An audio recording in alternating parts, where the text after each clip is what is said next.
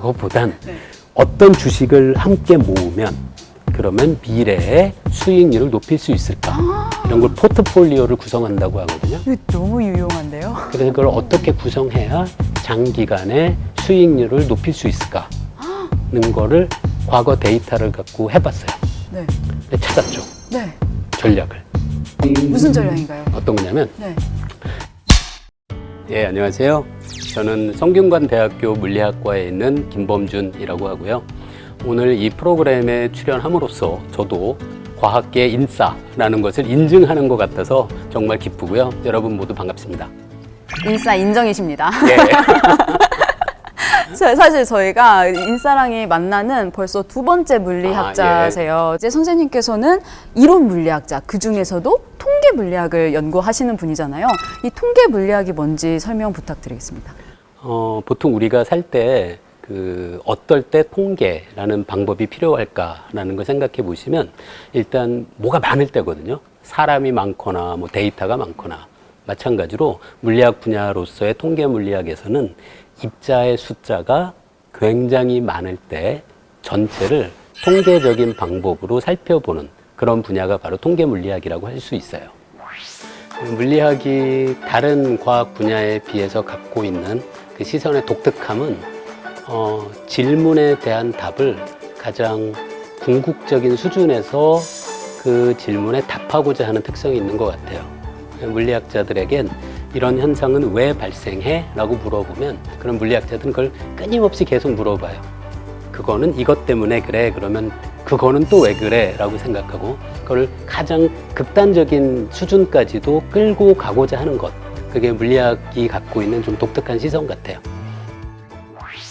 그리고 또 최근에 이제 쓰신 책 이름을 얘기를 하지 않을 수가 없는데 표지에도 나와 있어요. 과학은 복잡하지 않다. 세상이 복잡할 뿐. 맞습니다. 이 복잡계 관련 또 연구를 하시잖아요. 그런데 문제는 이름이 복잡해요. 이 복잡계가 뭔가요, 도대체? 세상은 과학보다도 훨씬 더 복잡하다는 거예요. 근데 그 복잡한 대상을 단순하게 우리가 이해하는 방법이 과학인 거죠. 복잡계 과학은 그래서 다른 분야와 다른 점은 다른 분야에선 현실이 워낙 복잡하다니까 현실을 설명하는 이론 자체를 아주 단순하게 구성하거든요. 네. 뭐 입자가 하나밖에 없다라고 가정하거나. 근데 복잡계 과학자들은 현실은 일단 복잡하다라는 걸 인정하고 현실이 복잡한데 복잡하지 않다고 우기지는 말자라는 게 복잡계 과학자들의 태도죠. 그러면 선생님께서는 어쩌다가 그렇게 그 복잡계에 딱 관심을 가지시게 된 거예요? 사실 통계 물리학이 굉장히 많은 입자들이 있고 그 입자들이 서로 상호작용을 할 때 전체가 어떤 모습을 보여주는지가 주된 연구 대상인데요. 여기서 많은 입자라는 이야기에서 입자를 빼요.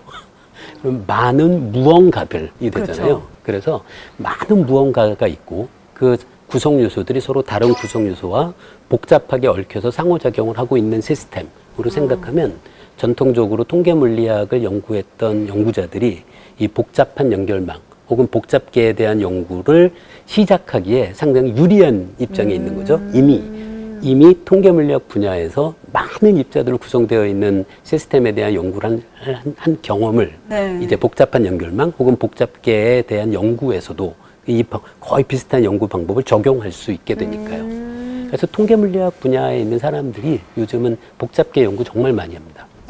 저만 있는 건 아니고요. 하지만 제가 인싸입니다. 또 이렇게 깨알 어필을 하시네요. 그럼 그 복잡한 걸 어떻게 나타내나요? 복잡계 과학자들은? 여러 가지 방법이 있어요. 그 중에 가장 대표적으로 많이 쓰는 방법이 대상이 다 똑같다고 가정하고요. 대상들 사이에 그냥 선으로 연결만 되어 있다라고 가정해요. 그게 바로 복잡한 연결망이라는 방법이죠. 복잡한 연결망을 이용해서 그 복잡계를 연구하는 그런 시도들이 굉장히 활발하게 진행되고 있어요. 과학을 연구하는 사람들이 연구할 수 있는 대상은 사실 저는 세상의 모든 것이라고 생각해요. 그래서 그 감염병을 예측을 하는데도 그게 또 쓰일 수도 있다고 제가 들었어요. 감염병 예측을 하는 이론 모형은 굉장히 여러 가지가 있는데요. 그 중에 가장 유명한 모형이 SI 모형이 있고 그 다음에 그 모형이 확장된 SIR 모형이라는 게 있는데요. 뭐 영어 약자가 나와서 막 다들 힘들어 하시는 건 아는데요. 사실 별게 아니고요. 네. SI 모형은 어떤 사람이 가질 수 있는 상태를 S 상태, I 상태 딱 둘만 허락해요. 그러면 SIR 모형은 S 상태에 있을 수도 있고 I 상태에 있을 수도 있고 R 상태에 있을 수도 있는 거죠. 네.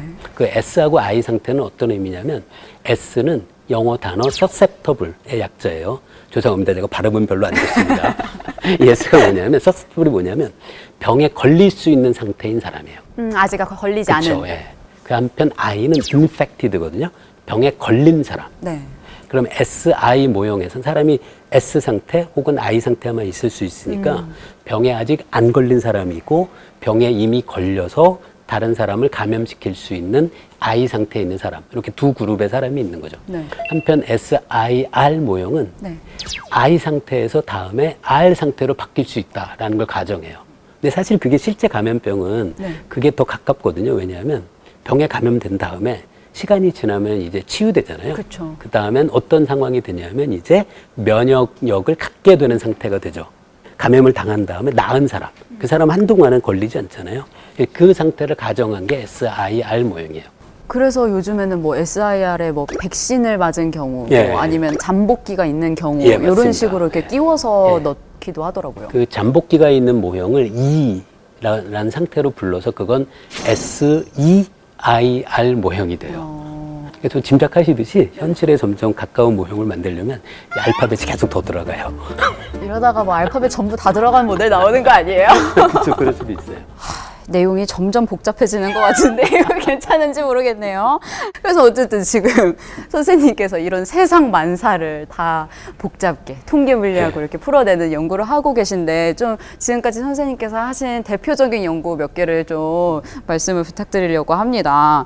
일단 저는 제일 흥미로웠던 게 아마추어들끼리 노래를 불렀을 때 빨라지는 이유. 이걸 어떻게 연구를 하신 거예요? 이건 제가 사실 경험한 건데요. 제가 강연할 때 사람들에게 박수를 쳐달라고 부탁하고 박수를 치면서 그 강연장에 있는 다른 사람의 박수 소리에 귀를 기울이면서 박수의 박자를 맞춰달라고 부탁하는 실험을 자주 해요. 조금 지나면 사람들이 정말 박수에 맞춰서 네네. 치거든요. 그런데 박수가 맞은 다음에 계속 이렇게 듣다 보면 박수의 박자가 조금씩 빨라져요. 그래서 이런 현상을 그러면 어떻게 이론으로 설명할 수 있을까? 그 연구를 진행했던 적이 있죠. 그 연구 결과가 어떻게 나왔나요? 연구 결과에서 사용한 모형은 사실 어떻게 보면 좀 간단한 모형이었는데요. 그 비유로 설명드리자면 이렇게 얘기할 수 있을 것 같아요. 친구 여럿이 같이 이 동그란 운동장을 달리기를 해요. 같이 여럿이. 가능하면 친구들과 같이 그 속도를 맞춰서 뛰어주세요라고 부탁을 한다라고 가정해 보세요. 그럼 내가 뛰는데 내 앞에 있는 친구 보이잖아요. 근데 내 뒤에 있는 친구는 안 보이잖아요. 그럼 그에 따라가려고 그렇죠. 빨리 뛰는. 따라가려고 하다 보니까 결국 어떻게 되냐면 전체 원래 따로따로 뛰었을 때는 1시간에 10km를 뛰는 속도로 뛰는 사람들을 모아놨다고 하더라도 그 중에 누군가는 1시간에 12km를 뛰는 사람이 있다. 그런데 이 빙글빙글 돌아가는 이 원형 경기장, 원형 운동장을 계속 뛰어라 라고 하면 결국 사람들이 10km가 아니라 12km에 맞춰지게 되는 거죠. 예, 그건 아마 우리가 흔히 볼 수 있는 현상 같아요. 그러니까요. 근데 그런 흔히 볼 수 있는 걸 또 이렇게 연구로 풀어내신 게 너무 네, 신기해요. 저는 궁금해서 시작했던 연구예요. 그럼 이 혈액형하고 성격의 상관관계도 궁금해서 시작하신 연구예요? 그거는 제 집에서 아내하고 이야기하다가 저한테 그 혈액형이 A형이니까 이 모양이지 그러더라고요. 그래서 그때 아니 저는 A형이 뭐가 어때서? 그죠. 아니 저는 그것보다도 네. 아니 내가 성격이 좀 이상할 수는 있는데 네. 그게 내 혈액형이랑 무슨 상관이야 그랬죠. 그래서 그 네. 다음에 혈액형하고 성격이 관계가 있는지를 그 데이터를 모아서 살펴본 연구를 한 적이 있어요. 그때 요즘 많은 사람들이 관심 있는 그 성격 검사가 MBTI 네. 검사잖아요. 그때 제가 있던 대학에서 학생들을 대상으로 거기 심리상담센터 같은 데서 무료로 MBTI 테스트를 실행을 했었어요. 근데 그때 당시 그 심리학과 교수님을 살짝 꼬드겨서 그 MBTI 그 문항지 있잖아요. 그 문항의 맨 마지막 문항으로 그 당신의 혈액형을 적어달라고 부탁을 한 그때 좀 상당히 흥미로웠는데요. 그게 모든 다른 그룹에서는 상관관계가 없어요. 근데 상관관계가 딱 유일하게 발견된 혈액형이 있어요. 그게 남자 B형 학생들이에요. 남자 B형이요? 성별도 그런 관련이 있었던 예, 건가요? 남자 B형만 네. 혈액형과 성격이 유의미한 관계가 있다라고 나왔어요. 어떤 유의미한 관계가 있나요? 여기 혹시 그럼- B형은 없으시죠? 그게 N이었던 것 같아요. N이 유의미하게 많았어요. 근데 당시에 제가 그 연구했을 때 우리 사회에서 B형 남성 담론이 굉장히 널리 퍼졌었거든요. 영화도 있었잖아요. 영화도 있었어요. 그래서 그 영향을 받은 B형 남성들이 MBTI 검사에 참여할 때 사실 본인의 객관적인 성격은 그게 아닌데 그 담론의 영향을 받아서 내 성격이 이런 것일 거야 라고 스스로 자기에 대한 판단을 내리고 그게 검사 결과에 반영된 것이 아닐까라고 생각한 거죠. 그거 혹시 연구하시고 나서 사모님께 말씀드렸나요? 했죠. 논문을 썼죠. 그랬더니 그 논문을 쓰다 보면 맨 마지막에 그 사사하는, 그러니까 어크나리지먼트, 네. 감사의 글을 남기는 부분이 있거든요. 거기에 이제 제 아내에게 감사를 한 그 문구가 있습니다. 처음에 이 연구를 시작하게 된 동기를 제공한 제 아내 이름 적고요. 에게 감사한다라고 적었는데요. 그래서 제가 쓴 논문 중에 제 아내 이름이 언급된 유일한 논문, 감사의 글이에요. 그 논문 와이프한테 보여줬더니 아내가 아이고 A형이니까 이런 연구나 하고 재밌는 여전히. 네. 제 아내는 B형인데 B가 한 3개쯤 있는 것 같아요. 근데 그 좀 이 방송 보시는 분들에게 네. 당부드리고 싶은 게 혈액형은 성격과 관계가 없어요. 그건 여러 연구에 의해서 밝혀진 거고요.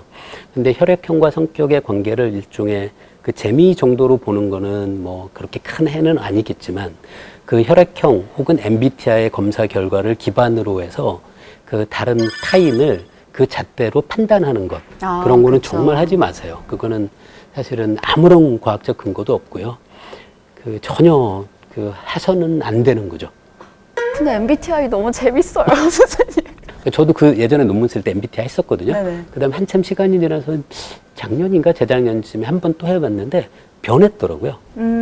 제가 INTP였던 것 같아요. 네. 그게 ENTP로 바뀌었어요. 네, 저 한마디 해도 돼요? 예.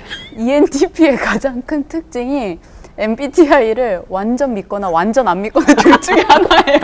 그럼 제가 완전 안 믿습니다. 그러니까 이것도 또 그러면 MBTI 너무 맞는 거잖아요. 근데 이런 게 귀에 걸면 귀걸이, 코에 걸면 코걸이식이에요. 재미로는 괜찮지만 그걸 기준으로 해서 다른 사람을 판단하시는 건 어떻게든 하지 마셔야 돼요. 이거는 어떻게 보면 상당히 위험할 수도 있어요. 명심하겠습니다. 예. 가끔 대학원생들이 좀 싫어해요. 제가 뭐 이렇게 아이디어가 떠오르면 학생들에게 와, 이거 재밌을 것 같지 않냐? 그런 얘기를 하면은 그게 이제 지난주에도 그런 얘기하고 이번 주엔 또 딴 거로 재밌다 그러고 그러면 학생들이 조금 힘들어하는 것 같더라고요. 그래서 요즘은 재밌어도 좀 참고 있고요. 그리고 집에서 가족하고 이야기하거나 그럴 때는 직업병처럼 그 보일 때가 간혹 있는 것 같아요. 그래서 제 아내는 제가 이런 얘기 해도 잘 안 들어요. 또 뭐 엉뚱한 생각하나 보다 그러는 것 같더라고요. 뭐 직업병이라면 직업병이고요. 뭐. 근데 저는 재밌습니다. 선생님 혹시 이렇게 일상에 있는 연구하시다가 뭔가 딱 세웠던 가설이나 이런 생각이랑 현실 좀 달랐던 그런 연구도 있으셨나요? 그런 거 많죠. 그런 거 논문을 안 쓰죠. 그러면 그 혹시 주식 관련된 연구는? 했죠. 했죠. 근데 그게 네. 잘 됐으면 제가 여기 있을 리가 없잖아요. 주식에 대해서 제가 했던 연구는 이런 거였어요. 제가 생각한 모형은 주식이 현재 가격에서 예를 들어 P% 오르면 판다. 그다음에 Q% 떨어지면 산다. 네. 그럼 P하고 Q라는 변수를 조정해 가면서 주식시장에서 수익률을 높이려면 P와 Q를 어떻게 정하면 되는지를 과거 굉장히 오랜 기간 동안의 주식시장 데이터를 갖고 제가 찾아낼 수 있죠. 그래서 찾아냈거든요. 네. 근데 결론은 뭐냐면 회사마다 다 달라요. 다른 것도 살펴봤어요. 그래서 이거는 그래 조금 과학적이에요. 그 주식을 연구하는 물리학자가 주가를 예측하겠다라고 하는 거는 죄송하지만 거의 성공의 가능성이 없고요. 그것보단 네. 어떤 주식을 함께 모으면 그러면 미래의 수익률을 높일 수 있을까? 이런 걸 포트폴리오를 구성한다고 하거든요. 이거 너무 유용한데요? 그 포트폴리오를 구성하는 것은 그래도 과학의 영역이긴 해요. 그쵸. 어떻게 구성해야 될지. 그래서 그걸 어떻게 구성해야 장기간의 수익률을 높일 수 있을까는 거를 과거 데이터를 갖고 해봤어요. 네. 근데 찾았죠. 네. 전략을. 무슨 전략인가요? 어떤 거냐면 네. 시가총액이라는 게 있거든요. 네네네. 그 예를 들어 뭐 삼성전자 같은 데가 시가총액 1위예요. 그럼 시가총액이 높은 회사들을 예를 들어 뭐 한 100개를 고른 다음에 100개 회사를 똑같은 액수만큼 투자하는 거예요. 그 시가총액이 크니까 그 회사 주식은 더 큰 액수를 사고 하지 말고 똑같은 액수. 네네. 그 다음에는 이 방법을 계속 반복해요. 그랬더니 제가 그때 살펴봤을 때가 2015년쯤이었는데요. 우리나라 과거 한 30년 정도 동안의 수익률이 꽤 높게 나왔어요. 그래서 이렇게 하면 되겠다. 그래서 했죠. 그게 잘 됐으면 제가 여기 있을 리가 없잖아요. 표정이 어쩐지 안 좋으시더라고요.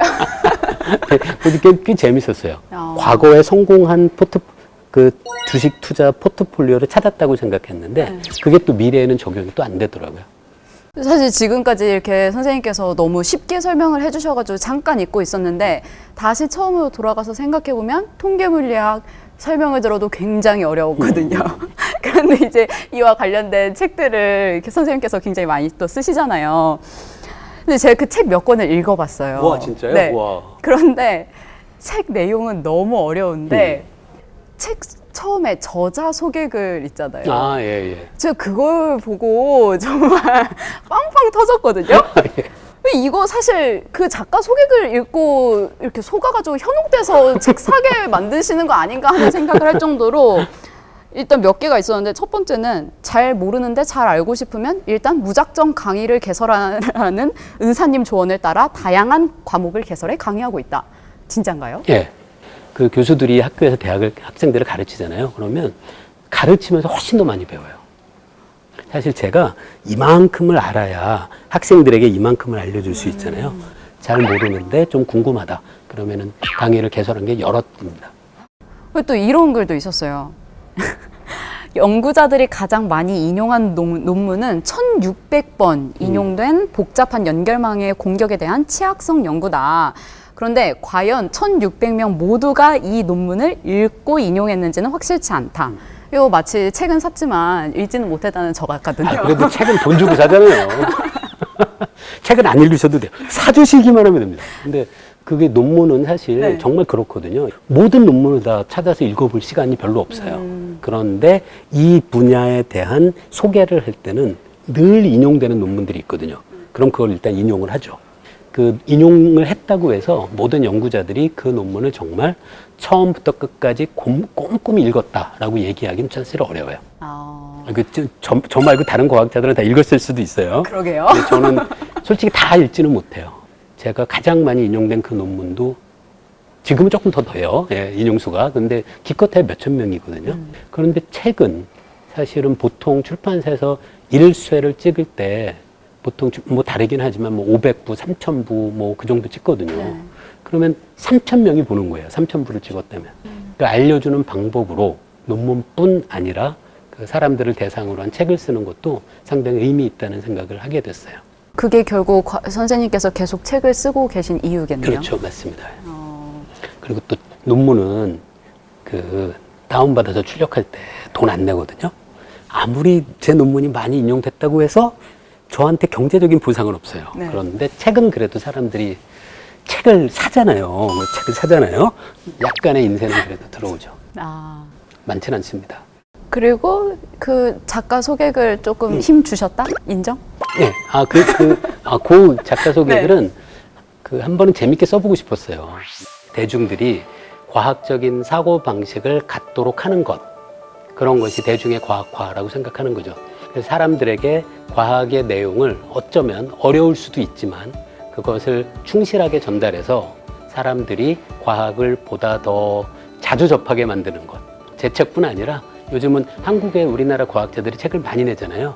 그 한국의 과학자들이 한국어로 표현한 그런 과학 내용에 많은 사람들이 더 친숙하고 그리고 더 익숙하게 이렇게 만나는 과정 그런 것들이 계속 이어지면 좋겠어요. 거의 이제 마지막 질문을 드리도록 하겠습니다. 10년 뒤 교수님께 하고 싶은 말이 있으시다면 어떤 말을 해주고 싶으세요? 이게 우연의 일치가 있지만 제가 딱 정년 퇴직하는 나이에요. 아, 이제 10년 남았거든요. 네. 그러면 아마 제가 하고 싶은 이야기는 글쎄요. 그동안 수고했다. 남은 생도 지금까지처럼 이렇게 재밌고 그리고 행복하게 웃으면서 살았으면 하는 그런 당부는 하게 될 것 같아요. 아, 이것도 진짜 너무 ENTP 같아요. 왜요? ENTP가 약간 후회가 없고 뭔가 이렇게 뒤를 돌아본다기보다 뒤에 나 지금까지 너무 잘해왔고 그게 ENTP예요. 고생했고 오. 난 행복했어. 나는 내가 했던 모든 선택과 결정 당당해. 네. 이런 거거든요. 당장은 그러시죠? 모르겠지만 후회는 없어요. 역시 MBTI는 과학인 걸로. 아니에요. 과학 아니에요. 이거. 일단은 세상은 복잡하다라고 저는 생각하고요. 근데 나에게 복잡한 세상이란 제가 이해하고자 하는 대상인 거죠. 그리고 그런 이해를 통해서 그 세상에 대한 어떤 세상이 본연적으로 갖고 있는 아름다움 그런 것을 찾아내고 싶다라는 것이 제가 복잡계 과학을 연구할 때 갖고 있는 생각입니다.